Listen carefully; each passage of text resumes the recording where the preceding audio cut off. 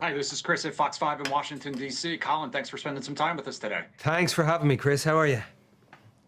Good. All right. So, Colin, I'm going to dive right in. Empathy is obviously a huge part of John Sugar, who he is, as his belief in human decency. Is Yeah. that a trait that you share with the character? Because, I mean, even as a human, sometimes it can be hard to practice humanity. Oh, yeah.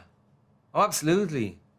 Oh, the world tempts you constantly to be the worst version of yourself through people, flipping you off or cutting you off or stealing your grub or taking a job or cheating on you or what you know what I mean. There's all sorts of human situations that we day to day find ourselves in that ask us to respond from our basest instincts. And the idea with humans is we're supposed to have a degree of consciousness where we get to take a breath, chill for a second, and have an idea about how we want to move through that issue that we're staring in the face. That's in theory, but it's very hard to, geez.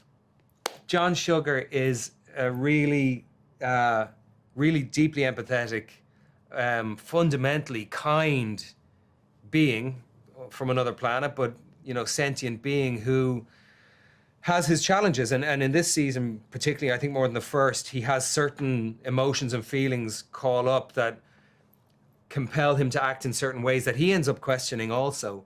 But for me, he's kind of there's a kind of an aspirational aspect to him because he does receive the slings and arrows and he takes it on the chin a lot of the time, and he still tries to do what he believes is right and what he believes is noble and what he believes is best, and he's got this optimism. He believes, where you're alluding to finding it hard to act like a human being, he believes in the fundamental decency of human beings, which is a very hard thing to believe in the world that we share when we look at all the division and all the cruelty and all the violence, and it's, Yeah, no yeah, question at all. And so, I was talking to Sam Catlin yesterday about yeah, how LA specifically is like a character in this show. yeah, And he mentioned that this season explores new neighborhoods. But he mentioned that despite the fact that this is an alien and an alien show, sort of, that he thinks of it more as an immigrant story. And I was wondering if you shared that vision and approach to the story and whether that made the character more relatable for you, who is not from here necessarily yeah. No, I'm to an begin with immigrant. Yeah, yeah, either. yeah. Absolutely, I'm an immigrant.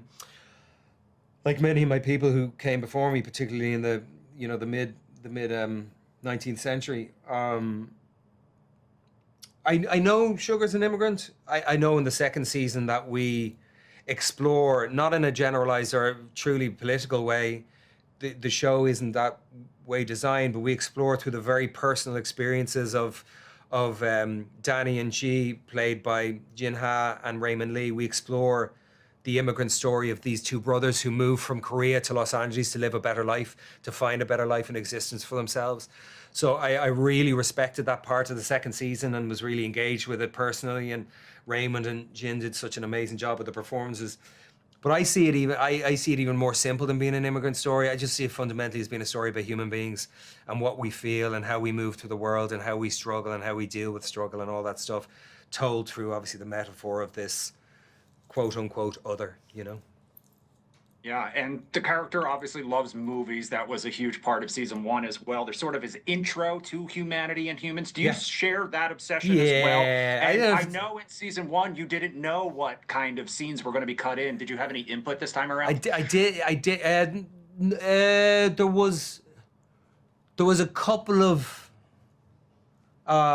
inserts of great scenes from great films, but they felt wrong in the second season.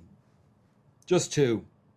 But apart from that, no. And I mean, it wasn't even that whole thing about having that visual language of Sugar's mood or concern or sense of danger that he might have found himself in being kind of articulated through the insert of an old film clip. That whole language was thought up by Fernando Morel's editor Stutz. It was such a really masterful stroke of creative imagining for him to say, listen, do you mind if this whole thing is supposed to be neo-noir and he's in love with films. Do you mind if I try this thing?